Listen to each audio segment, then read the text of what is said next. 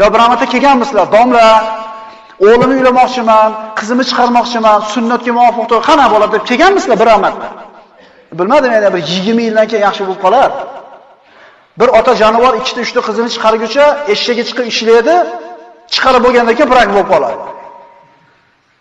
Bir joydan bir kasal olib turgan bo'ladi, sahr bo'ladi, davleni oladi, xullas nogiron bo'lib o'tiradi. Qachonlardir tuzalar bu narsa ham, sabr qilaylikchi, 20 yil burun anaqa har xil bidiyatlarimiz bor edi, yengillab ketdi. Bu ham tuzalib qolar. Erkaklar javob beramiz qiyomatda qilgan isrofimiz uchun.